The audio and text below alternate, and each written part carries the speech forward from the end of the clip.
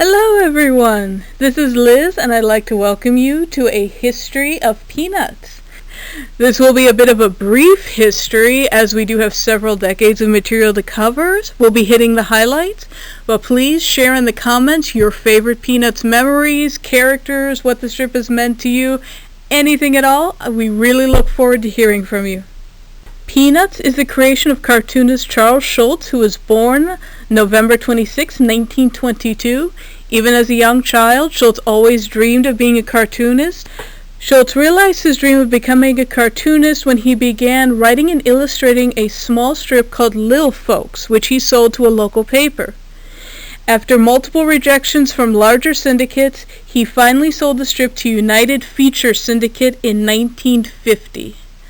Although Schulz wanted to keep the name Lil Folks, the syndicate felt that it would be a potential copyright issue due to another strip at the time entitled Little Folks, and changed the name to Peanuts. On October 2nd, 1950, the first Peanuts comic strips appeared in print. It was published in 7 newspapers nationwide. 2 days later, on October 4th of the same year, was the first appearance of Snoopy in the strip. Snoopy did not receive his name until a month later in November of 1950. The 1950s saw introductions of characters who would quickly become fan favorites, including Pigpen and siblings Linus and Lucy Van Pelt. The 1950s also introduced Schroeder, quickly established as a musical prodigy on the toy piano, and Charlie Brown's little sister Sally. In 1958, Hungerford Plastics Corporation released a set of Peanuts character dolls. These were the first three-dimensional products released and were a milestone in the Peanuts licensing. Included in the set were Charlie Brown, Snoopy, Lucy, Linus, Sally, Pigpen, and Schroeder. Although reprinted books of the strips had been published since the 50s, it wasn't until 1962 that Schulz published his first book of original material entitled Happiness is a Warm Puppy. The title was based off of an earlier comic strip where Lucy makes the comment that happiness is a warm puppy after giving Snoopy a big hug, and it spent 45 weeks on the New York Times bestseller list. In 1965, Snoopy became a larger part of the strip as he donned his alter ego of the World War I flying ace for the first time. The World War I flying ace is one of his most recognized disguises as he hops up on his Sopwith camel and heads off to fight the Red Baron in the wild blue yonder. Also in 1965, the Peanuts characters were brought to life for the first time in the animated special A Charlie Brown Christmas. This special first premiered on December 9th of that year and was initially considered by the sponsors that it would be a flop, not seen more than once.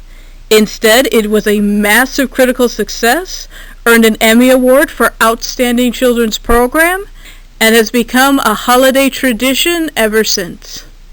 In March of 1967, the off-Broadway show You're a Good Man, Charlie Brown premiered. This was the first official Peanuts play that was produced.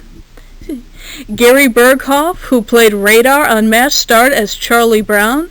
And in the 1999 revival of the show, B.D. Wong played Linus and Kristen Chenoweth starred as Sally Brown. 1968 saw the introduction of fan-favorite character Franklin. Included here is Franklin's first appearance in the strip where he meets Charlie Brown on the beach and quickly the two become friends. Also in the 1960s, Peppermint Patty would make her first appearance. A notable fan favorite, Patty was not always the best student, but an exceptional athlete who had a secret crush on Charlie Brown and referred to Snoopy as that kid with the funny-looking nose.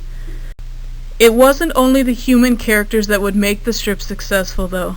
In the 1960s, Schulz started adding little yellow birds into the comic strip who interacted with Snoopy. Although the birds would become a regular feature, it wasn't until 1970 that Snoopy's little yellow friend finally received his name, Woodstock. In 1968, the Peanuts gang partnered with NASA as the organization asked for permission to use Snoopy in the manned flight awareness promotion. NASA also granted the nickname Charlie Brown to the Apollo 10 command module, while the lunar module of Apollo 10 was nicknamed Snoopy. Snoopy also continues to be a safety mascot for NASA, and they present an annual award, the Silver Snoopy, for, quote, outstanding performance contributing to flight safety and mission success. On December 14, 1999, Charles Schulz announced his retirement from Peanuts. Although he would not be creating any new original strips, those that had already been finished would be published in newspapers. Sadly, on February 12, 2000, Charles Schulz died in his sleep at his home.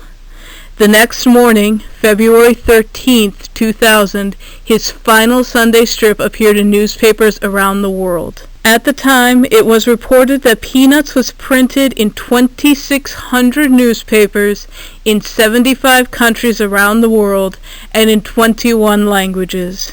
In addition to thousands of daily and Sunday strips, a total of 45 animated specials, a Saturday morning cartoon, an 8-part television miniseries on American history, and 5 full-length feature films that were released in theaters were created for Peanuts.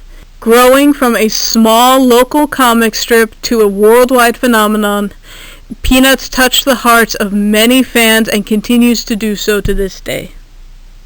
70 years is a long time, and we've just touched on some of the major milestones of Peanuts throughout that 7-decade span. Snoopy and the gang have always been a big part of my life, and I'm so glad that I was able to share a little bit of their history with you today. My question to you now is, what does Peanuts mean to you? Is your favorite part of the strips Lucy pulling the football away from Charlie Brown?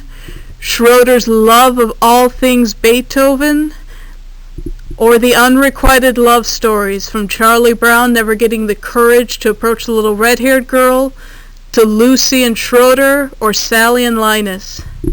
Comment below with your thoughts, favorite characters, anything at all that you love about this strip. I can't wait to hear from you all. And please do not forget to keep checking the library's social media page and website for more upcoming programs, including story times, tutorials, book clubs, and more. Thanks for being here with me today, and I'll see you soon.